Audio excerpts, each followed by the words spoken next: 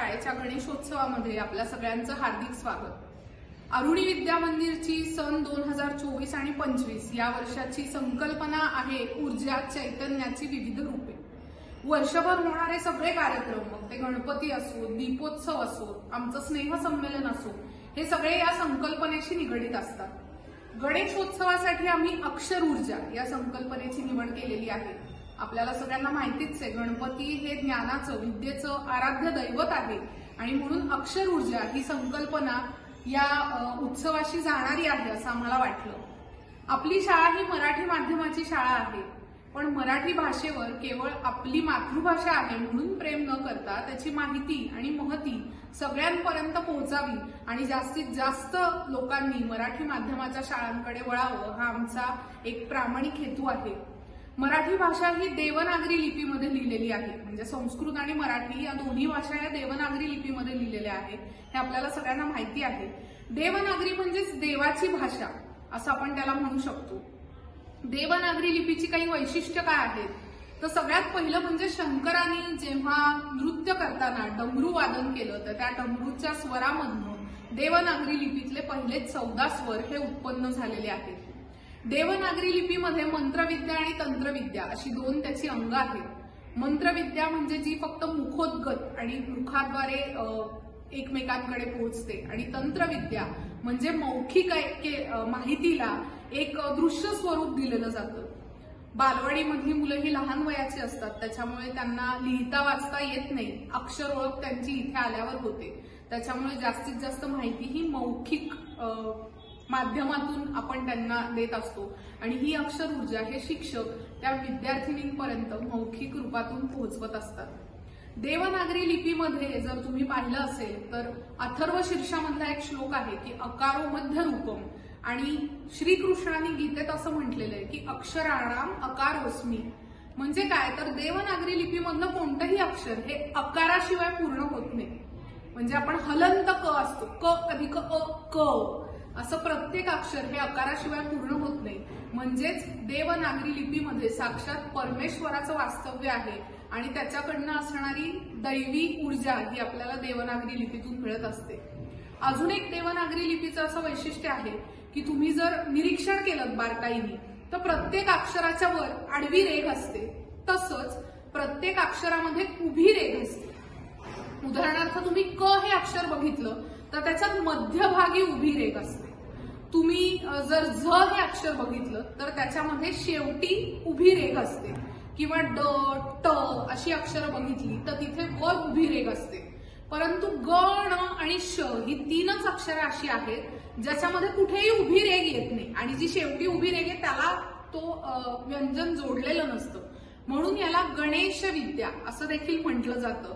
So अशी ही आपल्या मराठी भाषेची महती आणि माहिती आहे, ही जास्तीत जास्त लोकांपर्यंत पोहोचावी असा आमचा हेतू आहे। तुम्ही इथे आमची गणपतीची मूर्ती बघू शकत असाल तर गिरिजात्मज आमच्या मैत्रेयी कुलकर्णी म्हणून शिक्षिका आहेत, त्यांनी गिरिजात्मज तांदळा साकारण्याचा प्रयत्न केलेला आहे। यामागे सुद्धा आमचा हेतू असा होता की ही पूर्ण बागेतल्या मातीपासून बनवलेली भरीव मूर्ती आहे, पृथ्वी तत्वाच्या आपण जास्तीत जास्त जवळ जावं असा त्यामागचा हेतू होता।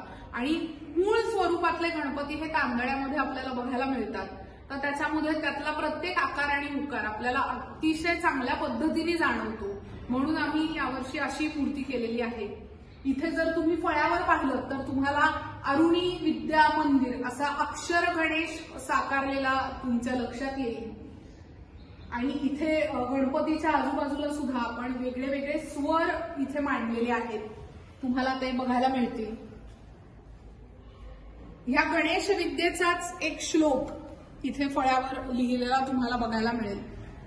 त्यामुळे देवनागरी लिपी ही आपण सगळ्यांनी शिकावी, त्यातून आपल्याला अविरत ऊर्जा मिळत राहावी, ही आमचा या गणेश उत्सवामागचा एक हेतू होता। पुढची माहिती तुम्हाला आमच्या मैत्रेयी कुलकर्णी ताई देतील। नमस्कार, मी मैत्रेयी कुलकर्णी। आत्ताच आपल्याला अक्षदाताईंनी सांगितलं की गणेशापासून मिळणारी अक्षर ऊर्जा, आपल्या देवनागरी लिपीचं महत्व, त्याचबरोबर मंत्र आणि तंत्र प्रकारच्या अक्षरांमधून आपल्याला मिळणारी ऊर्जा, या सगळ्याबद्दल त्यांनी आत्ता सांगितलं। आता मी आपल्याला जे सांगणार आहे ते आम्ही शाळेमध्ये ह्या अक्षर ऊर्जेचा काय म्हणता येईल, अक्षर ऊर्जा आम्ही कशा पद्धतीनं मुलींपर्यंत पोहोचवतो किंवा मुलींना अक्षर ऊर्जा वेगळ्या पद्धतीनं कशा सांगता येतील याच्यासाठी आम्ही काय केलं याचा एक छोटीशी झलक मी आपल्याला सांगणार आहे. आम्ही यासाठी काही वृत्त निवडली. कविता किंवा एखादी रचना ही जेव्हा बांधीव असते तेव्हा त्या अक्षरांमधून आपल्याला त्या नेमक्या भावनेची ऊर्जा आपल्यापर्यंत पोहोचत असते. म्हणजे कोणतीही गोष्ट जेव्हा बांधीव असते तेव्हा त्याच्यातनं आपल्याला एक ठराविक स्वरूपाची ऊर्जा मिळत असते. आम्ही या मुली लहान असल्यामुळे त्यांच्यापर्यंत ज्या गोष्टी पोहोचवत असतो, जे सांगत असतो ते मुख्यतः मौखिक स्वरूपाचं असतं. त्यामुळे वृत्त याच्या इथे निवडण्यामागचं कारणही तेच आहे, कारण वृत्तांसाठी वेगवेगळ्या कविता निवडाव्या लागतात किंवा वेगवेगळे श्लोक, वेगवेगळ्या रचना त्याच्यासाठी घ्याव्या लागतात. तर यात आम्ही अशा काही ठराविक वृत्त निवडलेली आहेत की ज्यांचा एक लघुगुरुक्रम आहे आणि सुरुवातीला गुरुक्रम जास्त आहे आणि नंतर लघुक्रम वाढलेला आहे. अशा पद्धतीने आम्ही त्या वृत्तांची रचना याच्यामध्ये केलेली आहे. लघुगुरुक्रम म्हणजे ज्या कवितेच्या ओळी असतात त्याच्यामध्ये जे शब्द असतात त्यामधले काही अक्षरं ही रस्व असतात, काही अक्षरं दीर्घ असतात, त्यांचा जो क्रम असतो त्याला आपण लघुगुरुक्रम असं म्हणतो. हा केवळ लघुगुरुक्रम नसतो, तर ते उच्चारताना त्याच्यासाठी आपल्याला विशिष्ट पद्धतीचे आघात करावे लागतात, वेगळी ऊर्जा लावावी लागते आणि मग त्याला जोडून आपल्याला अजून तो जो लघुगुरुक्रम आहे किंवा त्या वृत्तांमधून आपल्याला जे काही मिळतंय ते अधिक परिणामकारक पद्धतीनं आपल्याला कसं मांडता येईल. तर त्यातून आम्हाला एक अभिनव कल्पना अशी सुचली की त्या वृत्तांमधून आपल्यापर्यंत जे पोहोचतंय ते स्पर्शाच्या द्वारे आपण कसं मांडू शकतो. यासाठी आम्ही वृत्त आणि त्याच्या समोर त्यांच्यामधून मिळणाऱ्या ऊर्जेचा, मिळणाऱ्या भावनांचा एक स्पर्श रस्ता तयार केलेला आहे. जसं सुनंदामाला आहे, तुझ्याकडे आहे, इंद्र वज्र आहे, ही जी काही वृत्त आहे ती या वृत्तांमध्ये असणारा गुरुक्रम आहे तो जास्त आहे, याच्यामध्ये गुरु अक्षरे जास्त दिसतात.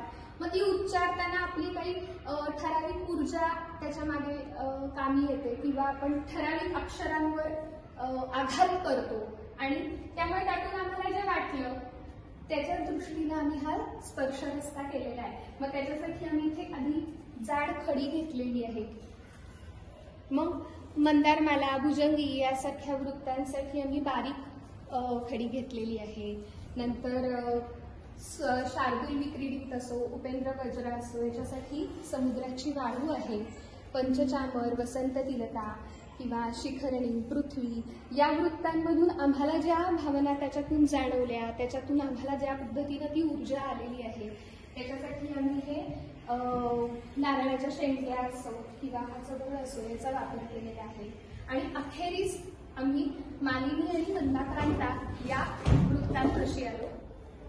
त्याच्यातून आम्हाला त्यांच्या लघुगुरुक्रमातून, त्यांच्या उच्चारांमधून आम्हाला जो त्याच्यामध्ये ज्या भावना जाणवल्या त्यानुसार मी शेवटी हे पाणी ठेवलेलं आहे.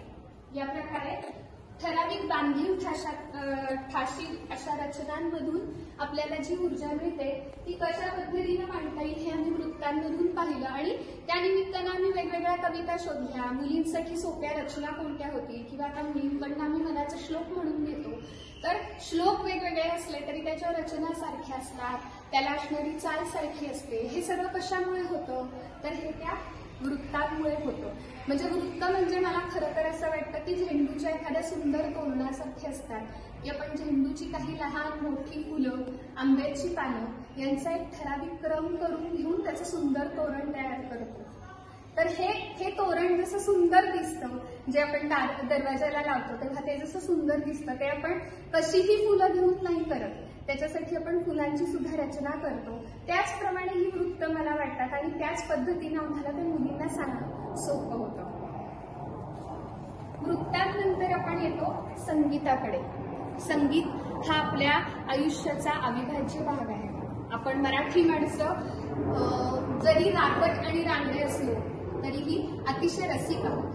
त्यामुळे याचा अभ्यास करता करता, या वृत्तांचा अभ्यास करता करता आम्हाला हेही जाणवलं की आपलं हे जे 7 स्वर आहेत, सा रे ग म प ध नि सा, या स्वरांची व्युत्पत्ती कशी झाली तर जशी अक्षरांची निर्मिती ही शंकरानं केलेल्या नादांमधून झालेली आहे, तशी या 7 सुरांची व्युत्पत्ती वेगवेगळ्या प्राण्यांच्या आवाजातून म्हणजे ही एका नादांमधूनच निर्माण झालेली आहे.